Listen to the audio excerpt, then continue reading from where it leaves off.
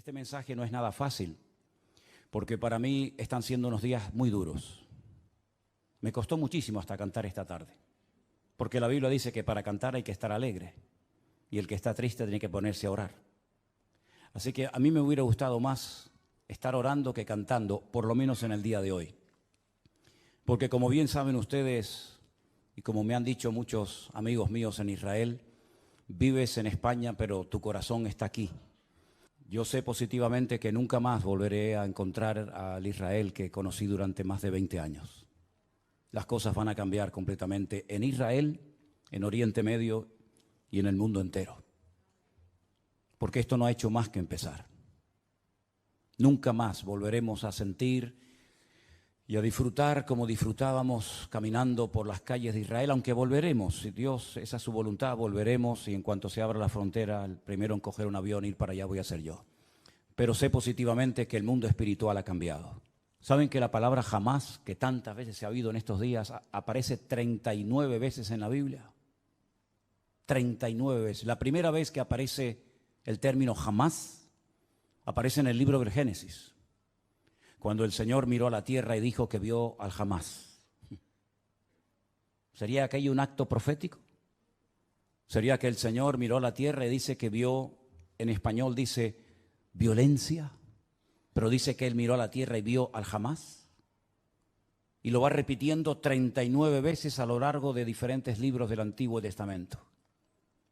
Y dice que por ver el jamás en la tierra decidió destruirla y empezar de cero.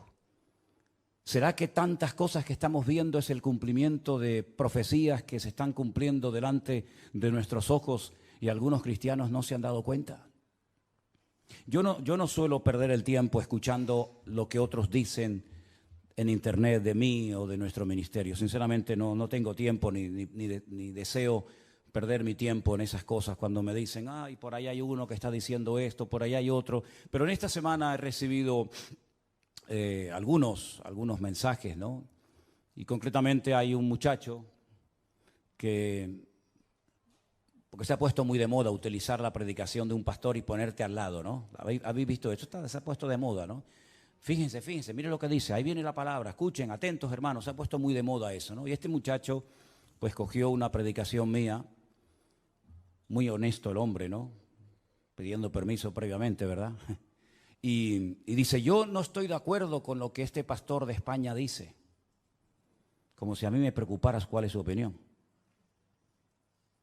Sinceramente no me interesa lo más mínimo cuál es su opinión. Y una de las cosas que dice, a mí me gustaría hacerle muchas preguntas a ese pastor español. Querido, si me estás viendo en esta tarde, cuando quieras, hazme todas las preguntas que quieras. Creo que soy una de las personas más fáciles de localizar del planeta Tierra. Vivo en la isla de Tenerife, concretamente en Santa Cruz de Tenerife. Nuestra iglesia está en la calle Garcilaso de la Vega, número 13. Cuando quieras puedes venir y te respondo a todas las preguntas que quieras, no hay ningún problema. Pero no mientas cuando dices que quieres hacerme muchas preguntas y no las haces. La palabra de Dios nos enseña que los últimos tiempos van a ser tiempos muy difíciles, muy complicados. Y el mensaje de hoy me va a costar un poco compartirlo porque hay tanto material sobre lo que quiero decir. Y yo me he dado cuenta que en los últimos años ha habido como una especialidad que se ha puesto de moda y son los predicadores que predican sin espada. Es decir, los predicadores que motivan a sus audiencias, a sus congregaciones. Y claro, cuando oyes a esos hombres con ese léxico, con esas palabras, con ese carisma que tienen, la gente sale allí inflada, ¿no? Porque, claro, son mensajes que no te comprometen, son mensajes donde todo es serás y tendrás y serás. Dios está contigo, te va a bendecir, te va a abrir puertas, etcétera, etcétera, ¿no? Pero ¿cuántos mensajes han oído usted a lo largo de su vida sobre un tema que ahora les voy a preguntar si ustedes creen en eso o no? La ira de Dios. Yo solamente escuché un mensaje en toda mi vida y acabo de cumplir 62 años, desde los 16, 17 años estoy sirviendo al Señor de una manera u otra. En toda mi vida escuché a una persona que predicó un día sobre este tema tan controversial de la ira de Dios y casualmente fue en esta iglesia, en este mismo púlpito. ¿Se acuerdan ustedes aquel muchacho peladito cubano? ¿Se acuerdan? Él predicó un día sobre la ira de Dios y fue un mensaje excelente. Y después cuando terminó le dije, no es fácil predicar de esto. No es fácil porque nadie está orando para tener a Dios de espalda a nosotros. A nadie le agrada ver tragedias y muertes y guerra. A nadie le agrada. No estamos orando para que esas cosas sucedan. Generalmente nuestras oraciones son, Señor, cuídanos, protégenos, bendícenos, ayúdanos. Pero sabemos que nuestro Dios es un Dios de amor, un Dios de misericordia, pero también se enfada. Y yo veo a Dios cuando su Hijo unigénito, el Señor Jesucristo, cargó el pecado de todos y cada uno de nosotros. El Señor Jesucristo dijo, ¿por qué me has desamparado? Dios dejando a su Hijo solo en la cruz. Porque en ese momento su Hijo era el pecado personificado de toda la humanidad. Si abandonó a su Hijo temporalmente por la situación del momento, ¿cómo no habrá momentos puntuales en la vida de las naciones y de los seres humanos en los que Dios dice, basta, estoy harto, estoy cansado? La pregunta que les quiero hacer es, ¿ustedes creen que este tema de la ira de Dios es un mito, es una fábula, es una metáfora, es algo de lo cual se habla, pero que en el fondo no es realmente así? Dios no se enfada, Dios no se enoja.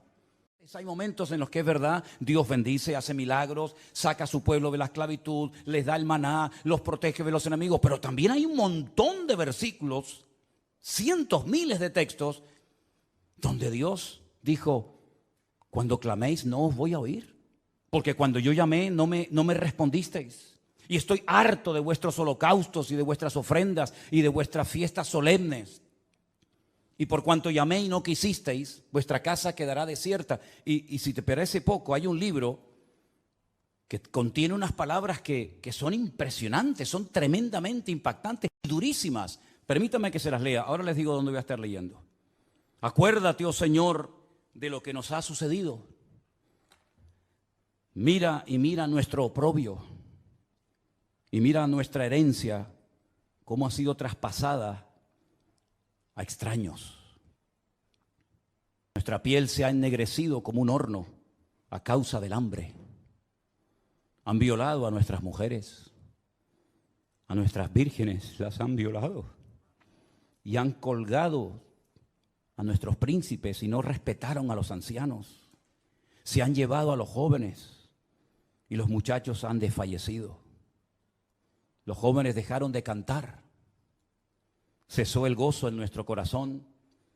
Nuestra danza se ha convertido en luto. Cayó la corona de nuestras cabezas. Ay de nosotros, Señor, porque pecamos. Por esto se entenebrecieron nuestros ojos. Mas tú, Señor, permaneces para siempre y tu trono de generación en generación. No estoy leyendo un poema, estoy leyendo la Biblia en el capítulo 5 del libro de Lamentaciones. Es tremendo, ¿verdad? Es tremendo cuando Dios dice, basta, hasta aquí hemos llegado, se acabó. Es tremendo cuando Dios le dice a su pueblo, no voy a oír vuestras oraciones, no voy a estar presente en vuestras fiestas solemnes, no voy a oír. El cielo lo haré de bronce y vuestras oraciones no pasarán del techo. Es tremendo, ¿verdad? Cuando Dios ha permitido cosas tremendas en la historia que han afectado a millones de personas, como por ejemplo el diluvio. ¿Cuántas miles de personas habrán muerto en el diluvio, hermanos? Bueno, nadie lo puede saber con exactitud, pero yo creo que murieron miles de personas en el diluvio. Algunos dirán, bueno, millones. Bueno, está bien, millones. ¿Quién mandó el diluvio, hermanos? ¿Quién mandó el diluvio? ¿Quién le dijo a Noé, prepárate porque yo voy a mandar un diluvio a la tierra? ¿Quién fue el que destruyó las ciudades de Sodoma y de Gomorra? Si no fue tu Dios, ¿quién fue entonces? A mí me hace gracia cuando hay gente que dice, es que el Dios del Antiguo Testamento es completamente diferente al Dios del Nuevo Testamento. Y eso es muy peligroso hablar así. Porque estás hablando como que hay dos dioses, uno malo y uno bueno. Uno que está siempre enfadado y enojado, y otro como que es benevolente, como Papá Noel o como San Nicolás, como lo llaman en otros países, ¿verdad? Que nos concede todo y no importa lo que hagamos. Pero esa no es la enseñanza bíblica. La enseñanza bíblica es que hay un solo Dios.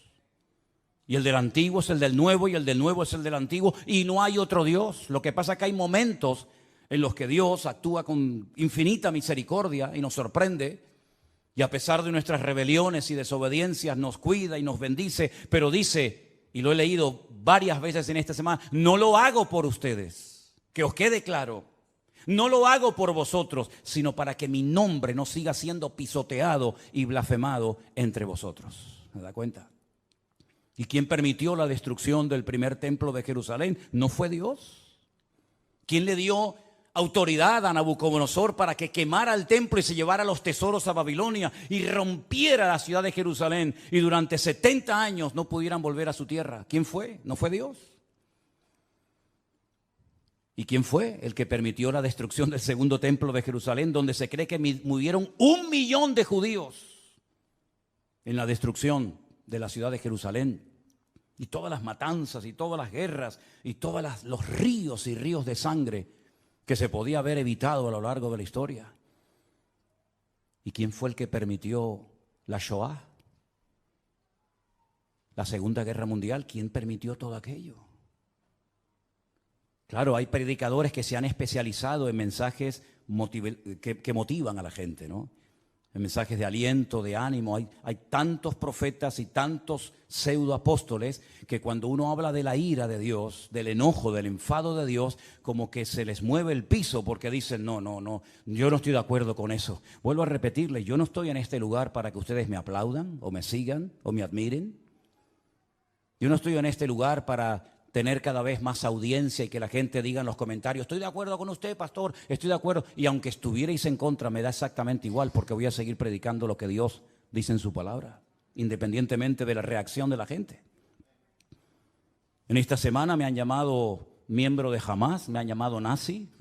En esta semana me han llamado de todo, porque no están de acuerdo con el mensaje, sobre todo que di el domingo pasado y con la reflexión que di esta semana sobre estos acontecimientos. Pero yo quiero que una vez más vayamos a la palabra de Dios para que veamos que a veces la historia se vuelve a repetir. Claro, son otras personas, son otros nombres, otros momentos de la historia, pero se vuelven a repetir los mismos errores, pecados y defectos que otros cometieron.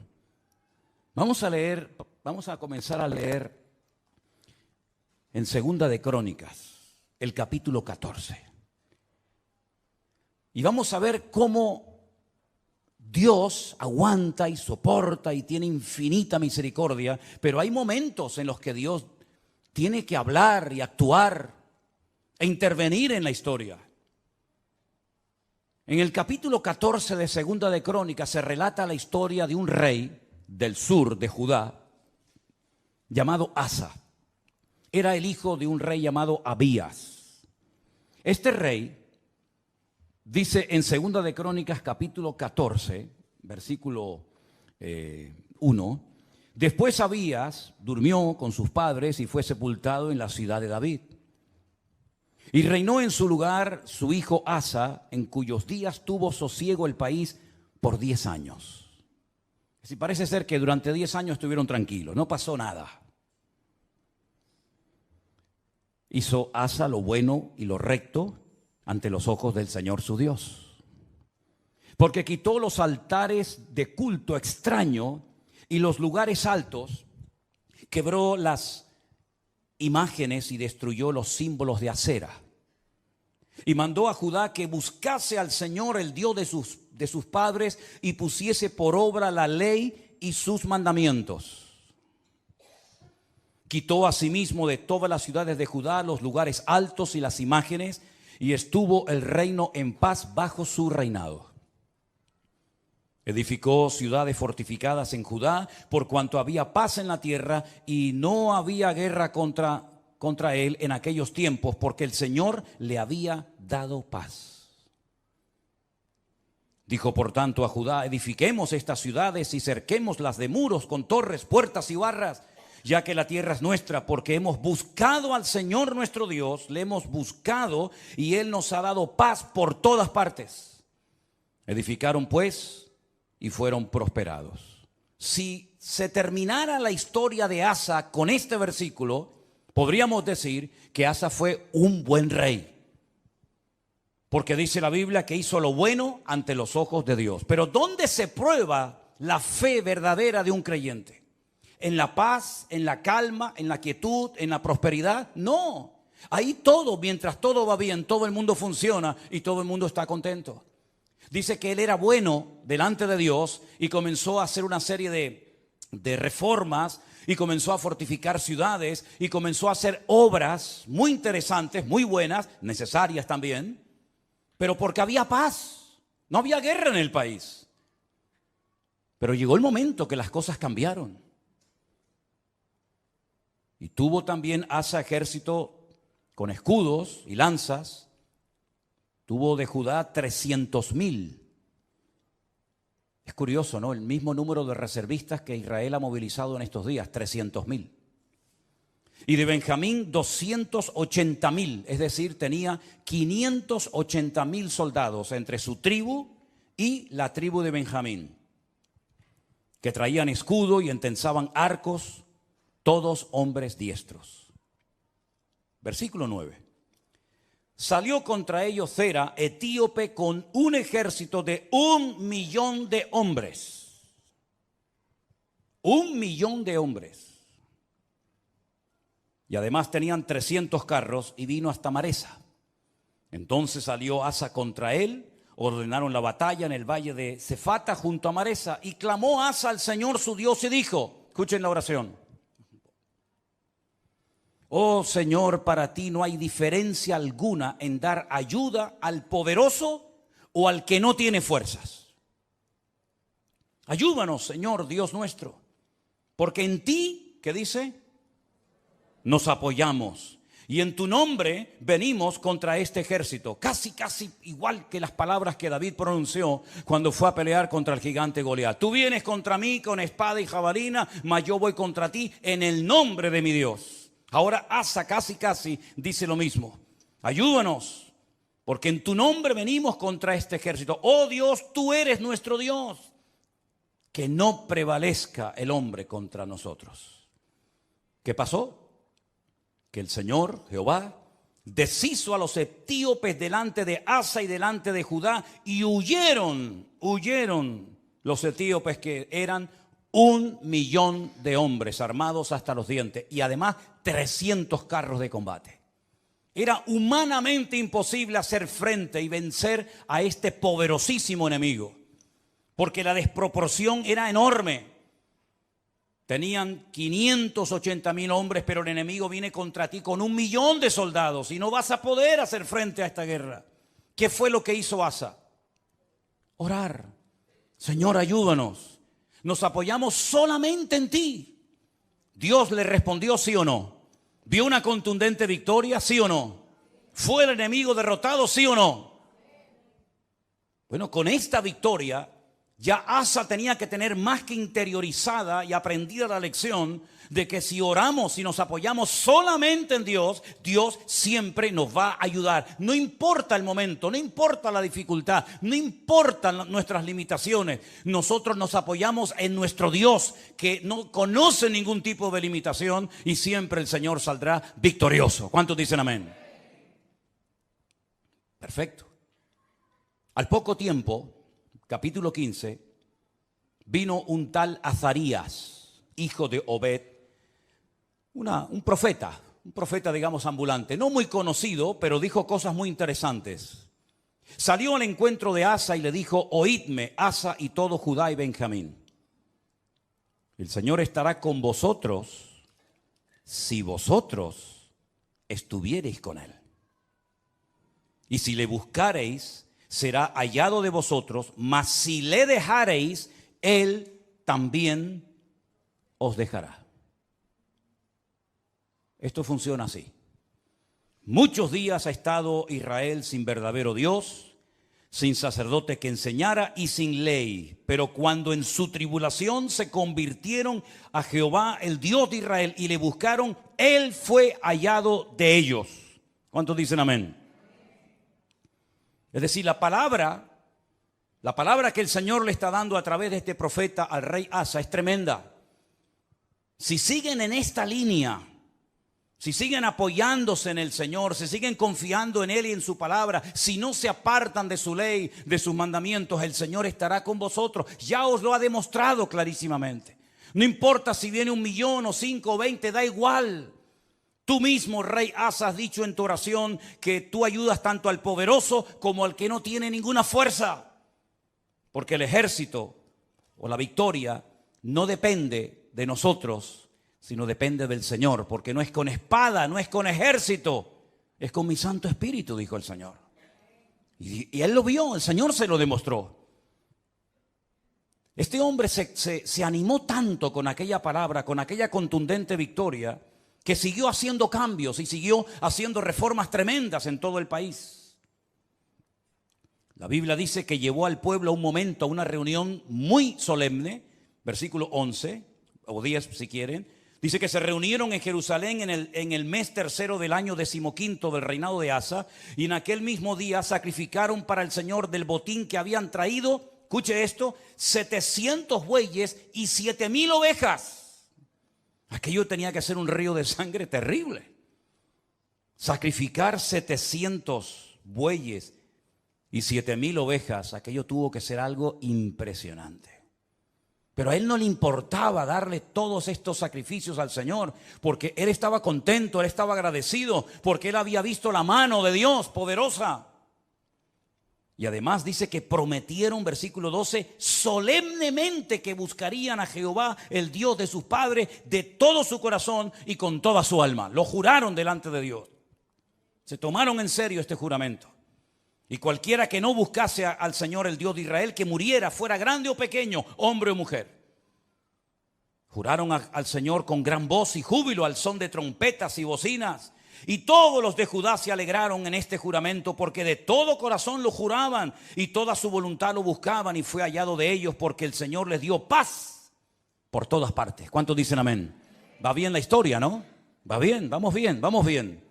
El hombre está siendo bendecido, el hombre está siendo usado, Dios está dando paz, Dios está respondiendo a su oración, el enemigo está siendo derrotado y humillado. Vamos bien, gloria a Dios, gloria a Dios. Hace una cosa muy interesante. Estaba el hombre tan entusiasmado y tan contento con su Dios que hasta a su propia madre la puso en su sitio. Miren lo que le dice a su madre, o lo que hace con su madre en el verso 16. Aún a Maaca, la madre del rey Asa, cuidado, no era una cualquiera, era su propia madre, la depuso de su dignidad,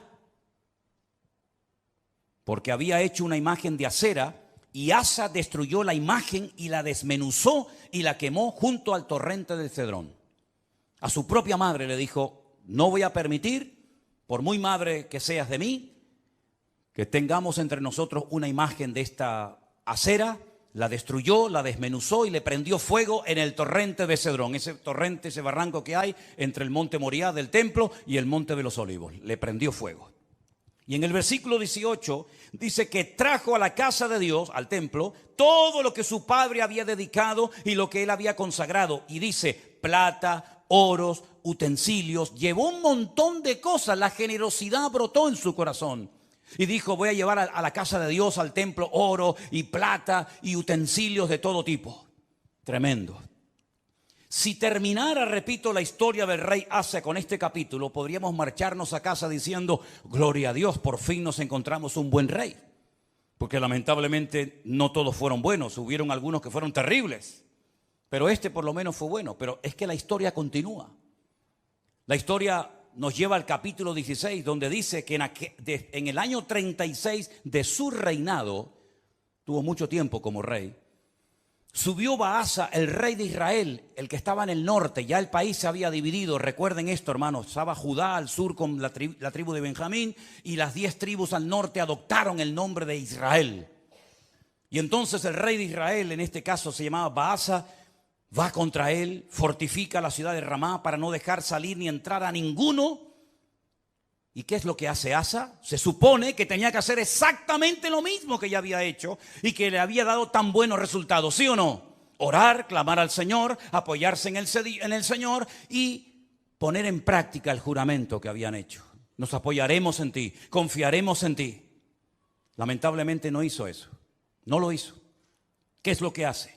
Sacó Asa la plata y el oro de los tesoros de la casa de Dios, es decir, ayer los entregué al Señor, hoy los vuelvo a tomar.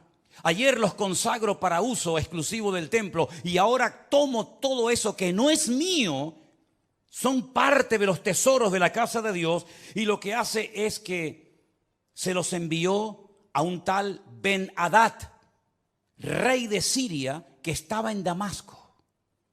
¿Y este qué pinta aquí? ¿Quién es este rey de Siria, este tal Ben-Hadad? ¿Qué pinta este hombre en todo esto? Bueno, le dijo, hay alianza entre tú y yo como la hubo entre tu padre y mi padre. He aquí yo te he enviado plata y oro para que vengas y deshagas la alianza que tienes con Baasa, el rey de Israel, a fin de que se retire de mí. Consintió Ben-Hadad con el rey Asa y envió los capitanes de su ejército contra las ciudades de Israel y conquistaron Gijón, Dan, Abel-Maín, las ciudades de aprovisionamiento de Neftalí. Y oyendo esto, Baasa cesó de edificar a Ramá y abandonó su obra. Entonces el rey Asa tomó a todo Judá y se llevaron de Ramá la piedra, la madera con la que Baasa edificaba, y con ella se edificó la ciudad de Jeba y a Mizpa. Problema solucionado. Ya está.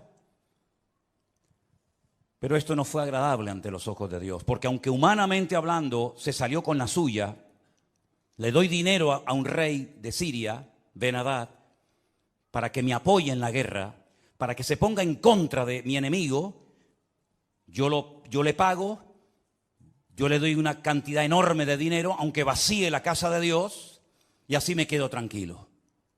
Pero es que resulta que en aquel tiempo a los profetas, y lo dicen otros textos de la Biblia, se les llamaba videntes, porque eran los que veían, los que leían las circunstancias, los que interpretaban el mundo espiritual. Por eso se les llamaba por un tiempo a los profetas videntes, porque veían más allá de lo natural. Porque lo natural, como he dicho muchas veces, es un reflejo de lo espiritual. Y ahora viene este vidente, este profeta, y le dice al rey Asa, por cuanto te has apoyado en el rey de Siria y no te apoyaste en el Señor tu Dios, por eso el ejército del rey de Siria se escapó de tus manos.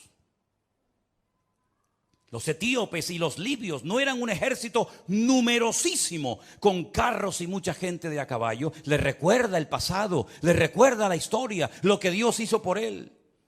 Con todo, porque te apoyaste en Jehová, Él los entregó en tus manos.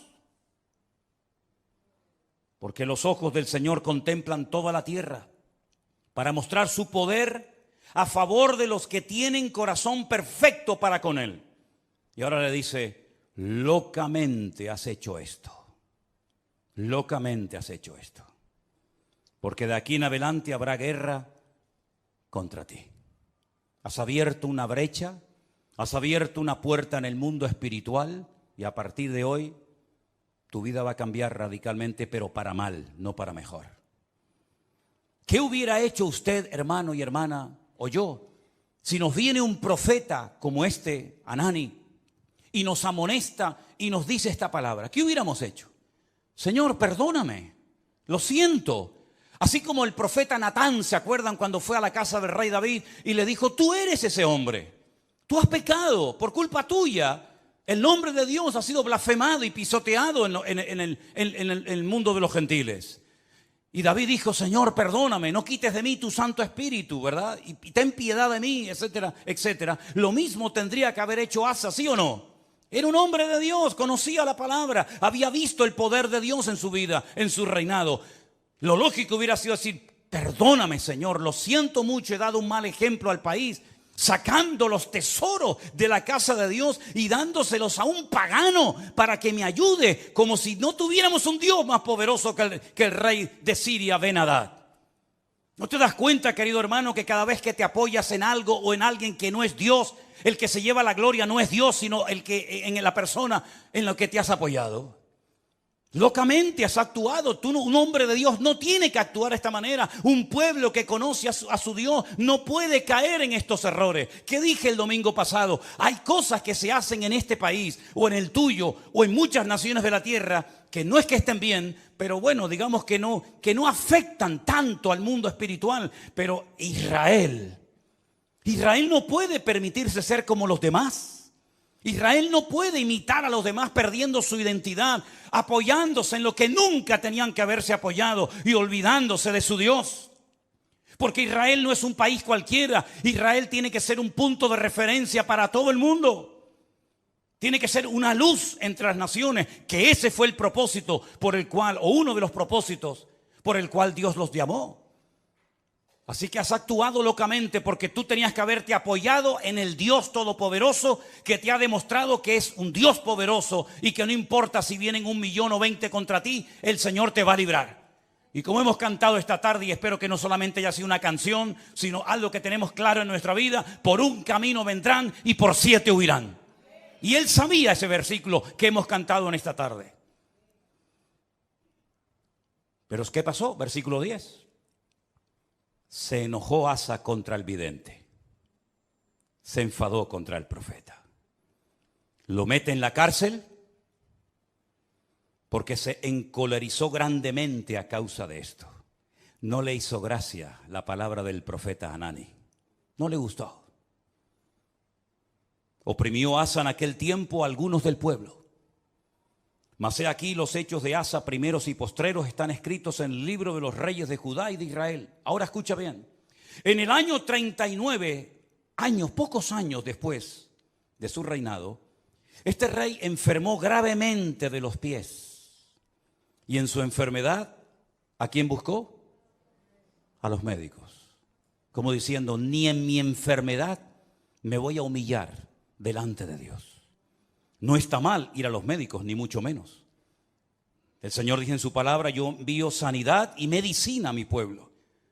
Pero la actitud de Asa es de soberbio, es de arrogante, es decir, estoy enfermo, si clamara al Señor, Dios me podría sanar, pero no lo voy a hacer, porque no quiero saber nada de ese Dios. Y dice que en su enfermedad buscó a los médicos en vez de a Dios. Al final, murió. En el año 41 de su reinado, lo sepultaron en los sepulcros que él había hecho para sí en la ciudad de David. Lo sepultaron en un ataúd y le llenaron de perfumes y de diversas especies aromáticas preparadas por expertos perfumistas, e hicieron un gran fuego en su honor. Perfumes para el muerto. Y ahí se acaba la vida y el reinado de Asa. ¿Qué les parece? ¿Qué les parece? Bueno, esto al fin y al cabo es una historia del pasado, de la cual podemos extraer ciertas y determinadas aplicaciones y lecciones para nuestra vida.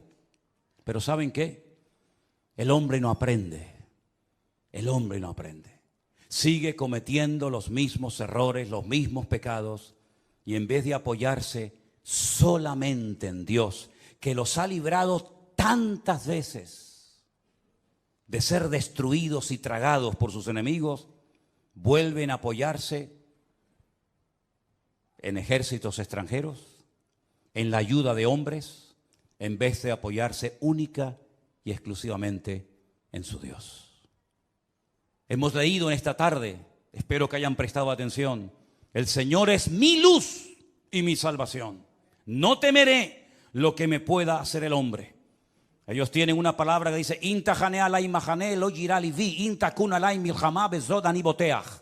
aunque un ejército acampe contra mí, no temerá mi corazón. Aunque contra mí se levante en guerra, yo viviré confiado. Eso es lo que dice la palabra. Pero eso no puede ser solamente un texto bíblico. Eso tiene que ser una realidad cada día de nuestra vida. Dejemos por un momento a Israel a un lado. Tú, cuando tienes problemas económicos, y cuando tienes problemas matrimoniales, o cuando tienes problemas de cualquier otra índole, ¿en quién te apoyas? ¿En quién pones tu confianza? A ver si nos va a pasar lo mismo que a Asa. El Señor libró a su pueblo de la esclavitud. Podían haber muerto todos en Egipto. De hecho, estaban lanzando a los niños al río Nilo para que murieran. Podían haber muerto en el cautiverio en Babilonia. De hecho, dice que algunos de ellos los lanzaban a hornos de fuego y a otros los lanzaban a fosos llenos de leones. Podían haber muerto en la Edad Media, cuando la corona española junto con la Inquisición comenzó a matar gente por todas partes de España, incluido también a ellos. Podían haber desaparecido en la Segunda Guerra Mundial. Podían haber perecido en cualquier otro momento de la historia, pero Dios siempre, siempre ha tenido misericordia de ese pueblo. Cuando estaban con la soga hasta el cuello, en su angustia invocaban a Dios y Dios les respondía.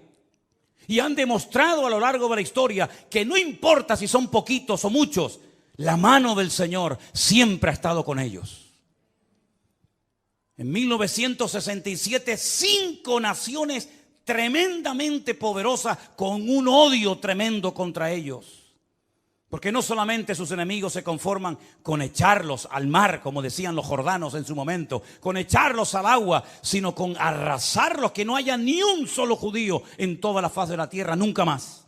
Ya lo intentaron los griegos, lo intentaron los romanos, ya lo intentó mucha gente. Y en aquellos días, una semana de guerra para vencer a 5 naciones, a 5 potencias militares en 7 días. Y al 7º reposaron. Fue más que suficiente para demostrar al mundo que el Dios de Israel es el Dios todopoderoso. Porque ahora no hacen lo mismo. Porque no claman a Dios. Uno tiene que tener una lectura diferente a lo que dicen los medios de comunicación, la prensa, la radio, la televisión, porque si no caemos en el mismo error de los demás. Hablamos como los demás, opinamos como los demás. ¿Qué es lo que está pasando allí ahora mismo? ¿Qué es lo que está sucediendo espiritualmente hablando? Que de eso no te va a hablar nadie. Te va a decir que se quedaron dormidos, te va a decir que se despistaron, te va a decir que estaban de relajo, de fiesta, te van a decir 20.000 cosas, que falló el Moshá, que falló el Chimbet, que falló todo. Pero ¿quién va a dar una lectura espiritual de toda esta cuestión? Nuestra fuente de información no es Internet. Nuestra fuente de información no son los periodistas. Nuestra fuente de información es la Biblia, es la palabra de Dios. ¿Cuántos dicen amén? Vamos a ir a la Biblia a ver qué es lo que nos dice, porque hemos visto que cuando una persona se apoya en Dios, no importa si viene 1.000.000 de soldados contra ti, tú lo puedes vencer. No importa si es un gigante enorme, profesional de la guerra, se le puede vencer. No importa si la ciudad tiene doble muralla, se le puede derrotar. Pero también la palabra de Dios nos habla muy claramente que a veces hay ciertas y determinadas circunstancias que frenan la bendición de Dios. En Isaías, capítulo 24, miren qué texto tan impresionante. Isaías capítulo 24, verso del 1 en adelante. Si quieren, así lo leemos. He aquí que el Señor vacía la tierra y la desnuda, y trastorna su faz y hace esparcir a sus moradores. Sucederá así como al pueblo, también al sacerdote, como al siervo, así a su amo, como a la criada, su ama, como al que compra, al que vende. Se está acoplando el monitor, hermano. Tienes que bajar el monitor. Hace rato se está acoplando.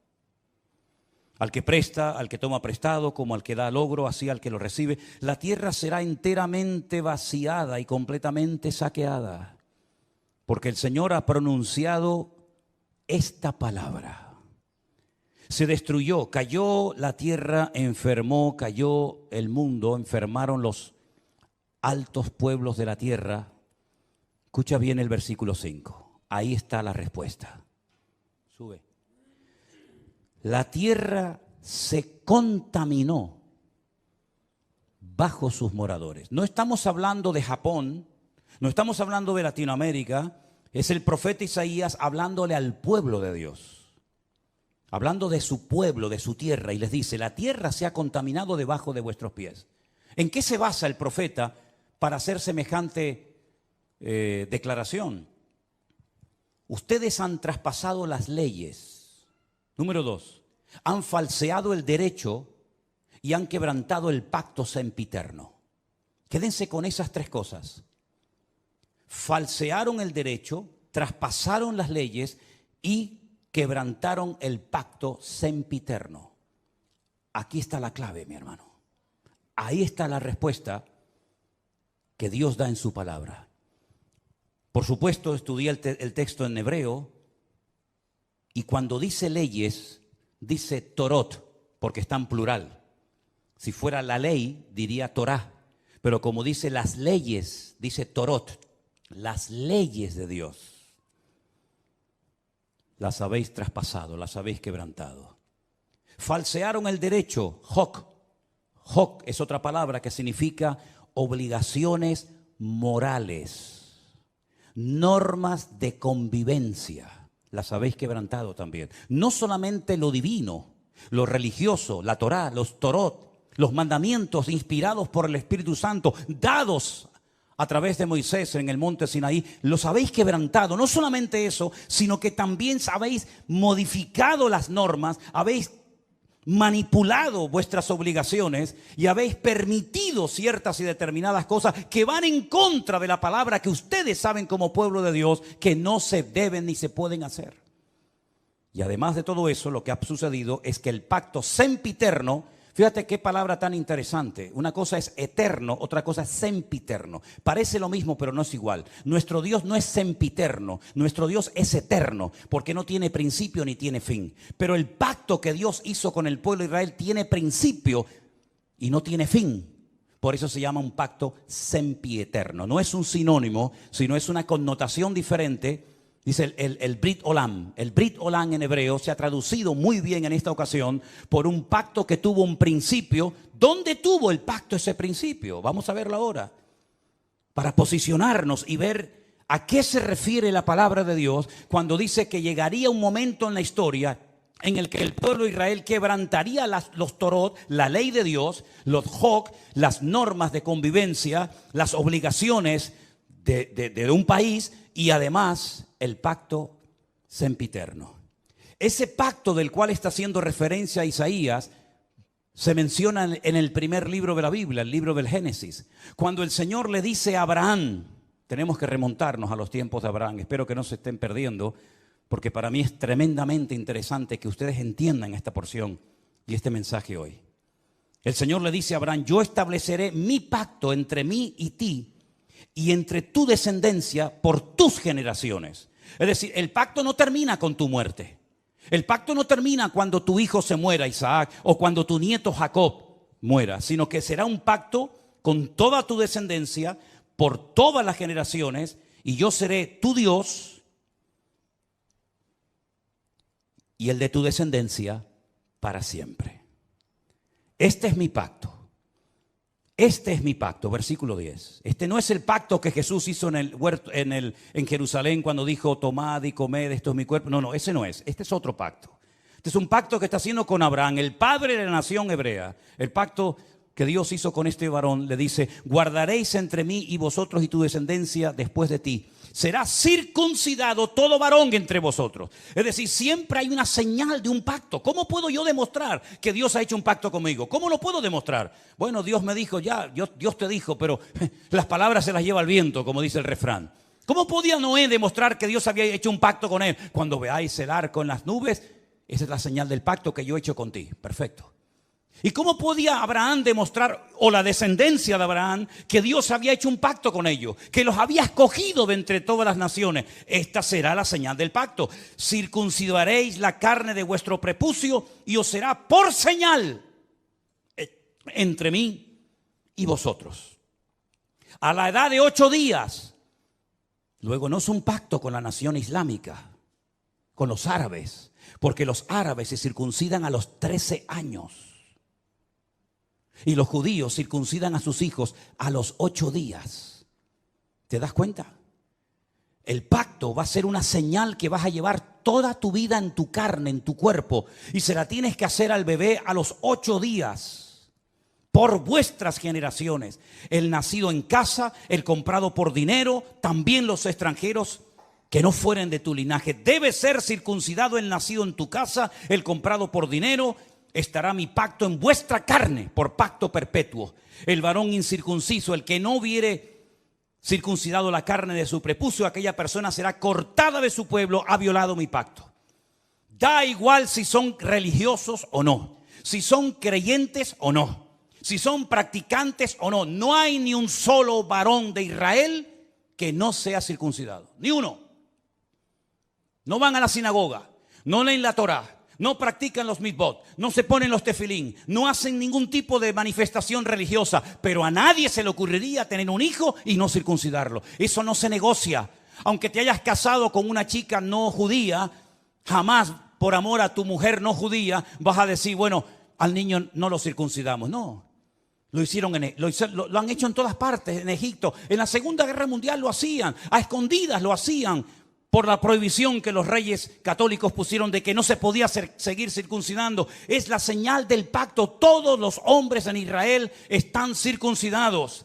Llevan en su carne la señal de que están bajo un pacto. Lo entiendan o no, ustedes se han metido debajo de un pacto. ¿Cómo se llama Israel? ¿Cómo se llama ese país? Israel, no. Estado judío de Israel.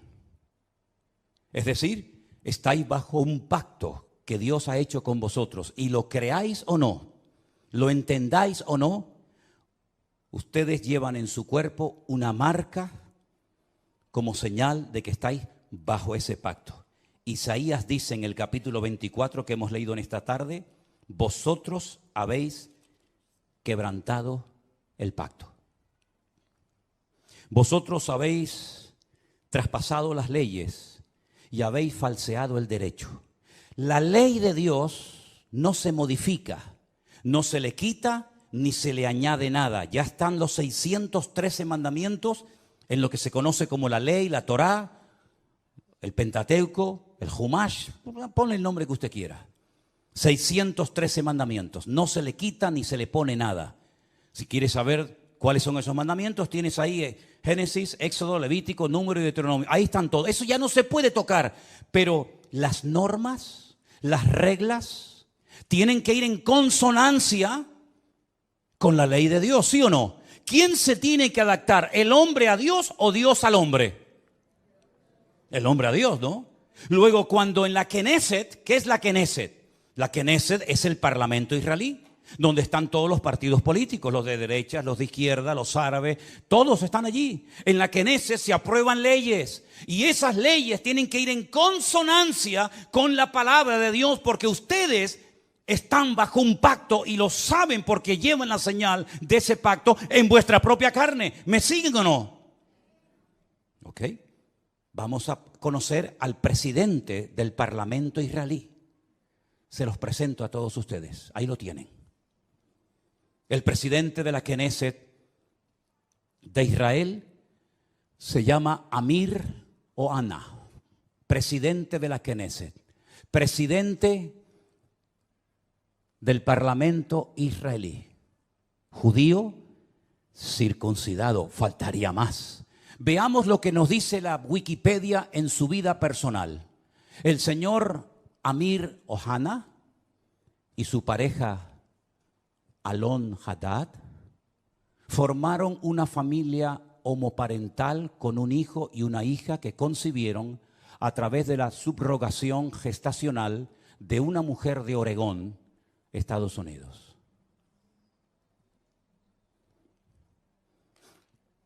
Sin comentarios. Gracias. Presidente del Parlamento israelí. Vosotros habéis traspasado mis leyes, habéis pervertido el derecho y habéis quebrantado mi pacto. Alguien dijo, no es una frase mía, cuando nos distanciamos de Dios y de su palabra, ponemos nuestra vida en peligro. ¿No les parece a ustedes? Pero la palabra de Dios dice, sin santidad nadie verá al Señor. Llámese Israel, llámese sudamericano, llámese latino, llámese como se llama. Sin santidad nadie verá al Señor.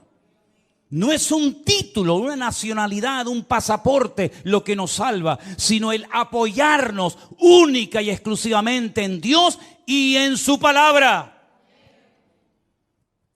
Pero ahora resulta que ya están tranquilos porque el tío Sam les ha dicho, yo estoy con ustedes. Antes se llamaba Ben Haddad, ¿se acuerdan? Ben Haddad. Ahora se llama señor Biden. Pero qué lástima que no haya un Ananí en Israel hoy por hoy. Porque si Juan el Bautista levantara la cabeza y entrara al parlamento israelí, bueno, ya entró en su época, ¿no? Cuando aquel rey llamado Herodes, ¿se acuerdan? ¿Se acuerdan el rey Herodes? Aquel títer, aquel monigote que ni era rey ni nada, pero lo habían nombrado los romanos, le habían dicho, tú vas a ser el rey de Israel. Qué valientes fueron los magos de Oriente, ¿se acuerdan? Cuando vienen seguramente en un viaje de días, de semanas o tal vez de meses y llegaron a Belén, al Herodión, donde vivía el rey Herodes y le dijeron, venimos a adorar al rey de los judíos porque su estrella hemos visto en el oriente. Y Herodes habrá dicho, ¿el rey de los judíos soy yo? No. Tú eres un estrellado. Nosotros venimos a ver a aquel que es digno de recibir toda honra y toda gloria. Y dice que cuando llegaron, se postraron y lo adoraron, ofreciendo sus tesoros de oro, incienso y mirra. A ese rey perverso y terrible llamado Herodes, llegó un día Juan el Bautista, que algunos habrán dicho, cállate la boca, no digas nada. Te la está jugando, y le dijo, no te es lícito haberle robado la mujer a tu hermano y llevártela a tu cama y acostarte con ella. No te es lícito, adúltero. ¿Qué le costó a Juan el Bautista esa declaración? La cabeza. El rey Herodes quiere hablar contigo. Jesús dijo, decidle a esa zorra. Y me dicen a mí que yo soy duro hablando. Decidle a esa zorra. Y no fue a verlo. Y cuando aquel soberbio, arrogante romano le dice, no me hablas, llevo una hora interrogándote, te puedo librar de la mano de tus verdugos y no me contestas, no sabe que tengo autoridad para librarte. Y es entonces cuando el Señor dice, tú no tendrías nada que hacer contra mí si mi Padre no te lo permite. Aquí no se mueve ni una sola hoja de un árbol sin permiso de nuestro Dios. Y no hay nada que ocurra en las naciones de la tierra, y menos en esa tierra santa para Dios, donde Él es el dueño de la tierra, que no lo permita el Señor. ¿Se dan cuenta cómo tenemos que clamar por misericordia más que nunca, mis queridos hermanos? Con semejantes personajes, con semejante panorama, que Dios tenga misericordia de nosotros. Miren esta fotografía. Miren esta fotografía. Estamos en la ciudad de Tel Aviv. Un montón de gente. Sería muy bueno que la ampliaras. Sí, yo sé que se va a perder mucho de lo que dice, pero ahí hay una reunión de oración. Fueron a orar. Y judíos, por temor a que en otras naciones no les dejaran en público hacer una reunión de oración, viajaron expresamente en esos días de Yom Kippur a Israel, porque todos los años se hace en una plaza pública en Israel, se hace un acto de oración, de perdón.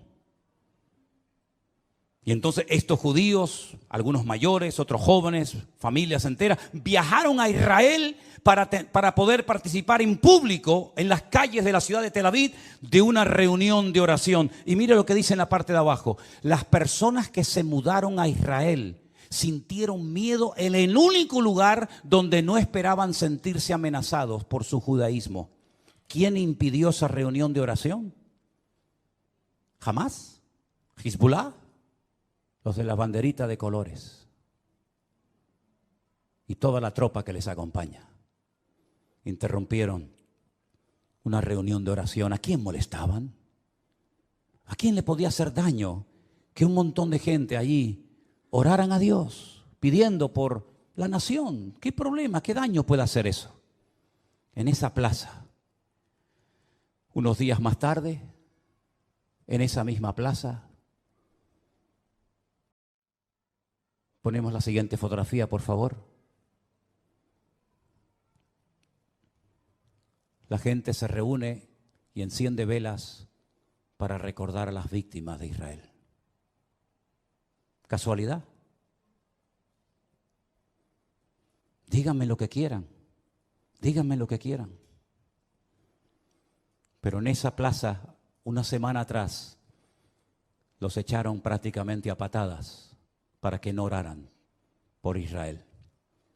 Y una semana más tarde, en esa misma plaza, tuvieron que ir a poner velas a recordar lamentablemente, en ese acto de salvajismo terrible que hemos visto, a las víctimas que murieron. ¿Qué les parece, hermanos? ¿Qué les parece? Empecé este mensaje haciéndoles una pregunta. ¿Ustedes creen en la ira de Dios? ¿Ustedes creen que Dios se enfada, que podemos hacer lo que nos da la gana y no pasa nada? Sigan jugando con Dios, sigan. Tarde o temprano te darás cuenta que con Dios no se puede jugar. Es mejor decir no soy nada a decir soy judío, soy cristiano, soy evangélico, soy creyente y vivir peor que la gente del mundo. Yo decía hasta hace unos días, ya no lo voy a volver a decir más porque sería un insulto, ¿no? Yo decía que esta gente que entró hizo esas cosas terribles que no tienen ni nombre, y lógicamente no vamos a poner ninguna escena de esas, se portaron como animales, y me equivoqué. Los animales no se comportan así. Alguien dijo recientemente, si los seres humanos todos tuviéramos corazón de perro, no habría guerras en el mundo. Porque dicho sea de paso, la palabra perro en hebreo es kolev. Kelev. Kol, lev. Todo corazón. Kol, todo, lev, corazón. El perro se llama en hebreo todo corazón. ¿Cuánto echo de menos a mi perro? ¿Cuánto echo de menos a Trotsky? ¿Cuánto lo echo de menos? Los viajes que he hecho con él, los días que he viajado solo por ahí, durmiendo en cantidad de lugares y siempre a mi lado, siempre ahí, ¿verdad? Ustedes saben que era mi sombra. Cuando vivíamos enfrente de la iglesia, saltaba el muro, aunque tenía ya las patitas con problema y con dolor, saltaba y se metía aquí en la iglesia y aquí se quedaba quietito, ¿verdad? Si fuéramos todos los seres humanos con corazón de perro, no veríamos estas cosas terribles que hemos visto.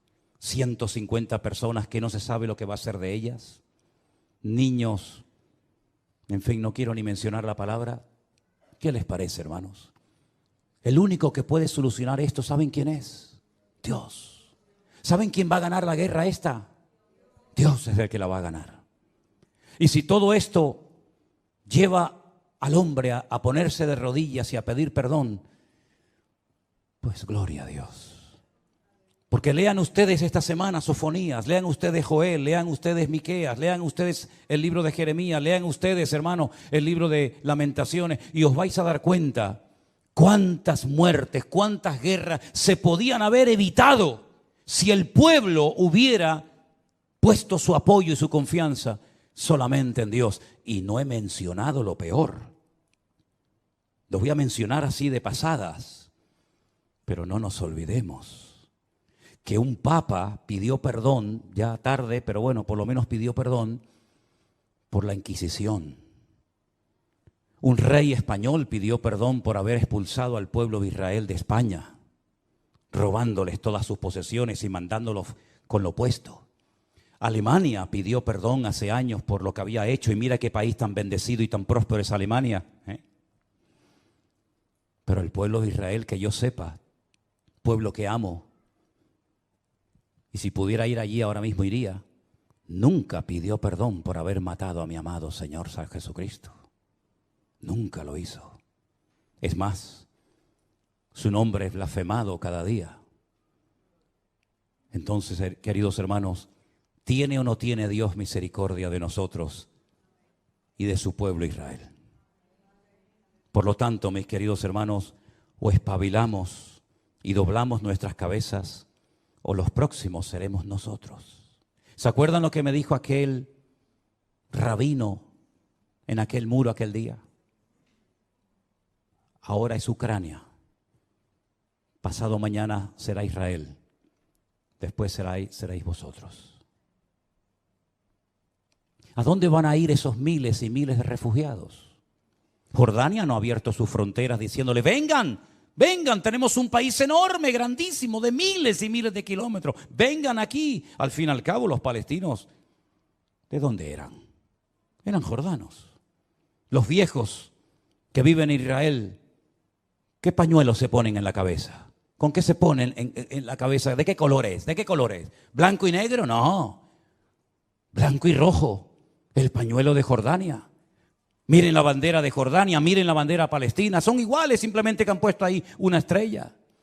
Pero Jordania no ha dicho, vengan para acá, les recibimos. Arabia Saudita no los ha invitado a venir. Los iraníes, que tanto los aman y los apoyan. Qatar, país rico, no ha invitado a ninguno de ellos. Todos los quieren, pero lejos. ¿A dónde van a venir todas esas personas? ¿A dónde vinieron los sirios cuando fue la guerra en Siria? ¿A dónde fueron los libios? ¿A dónde van a ir? A Europa. Aquí tienen pagas, aquí tienen comida, aquí tienen todo lo que sus hermanos árabes jamás les van a dar. Así es que he dicho muchas veces, lo mejor está por venir. Pero bíblicamente, para ciertos sectores de la tierra, lo peor está por venir. Porque si les interesa el tema, lean esta semana detenidamente capítulo 38 y 39 de Ezequiel. Ahí te dice quién va a atacar y cuándo lo va a hacer. Y no son estos, Hay un dato tremendamente significativo. Esta guerra va a terminar, por supuesto que sí. Y todo volverá supuestamente a la normalidad. Volverán a estar tranquilos porque ya se han quitado un enemigo de encima. Lean Ezequiel 38 y 39 y te dice cuándo va a atacar el de arriba. El de arriba. ¿Quién es el de arriba? El del norte. El oso. Te dice cuándo van a hacerlo y cómo va a morir. Y el tiempo que tardarán enterrando muertos. Es impresionante. Es que la Biblia es el periódico de mañana. Por eso hay que leerla y escudriñar las Escrituras. Así que Dios tenga misericordia de nuestras vidas. Amén, hermanos. La pregunta es, y termino, ¿cómo es posible que este pueblo tan inteligente, de tantos premios Nobel, no se dé cuenta de todo lo que está sucediendo? Bueno, la palabra de Dios nos enseña que están ciegos. Están ciegos. Lamentablemente la ceguera de Israel es tan tremenda, que por inspiración del Espíritu Santo, un profeta dijo de ellos lo siguiente, y con esto termino. Isaías capítulo 29. Deténganse y queden maravillados. Cegaos, embriagaos, pero no de vino, y tambalead, pero no de sidra, porque el Señor derramó sobre vosotros. ¿A quién le está hablando Isaías? A Israel, no a nosotros. En ese momento Isaías le estaba predicando al pueblo de Israel y le dice, el Señor derramó sobre vosotros espíritu de sueño. Cerró los ojos de vuestros profetas.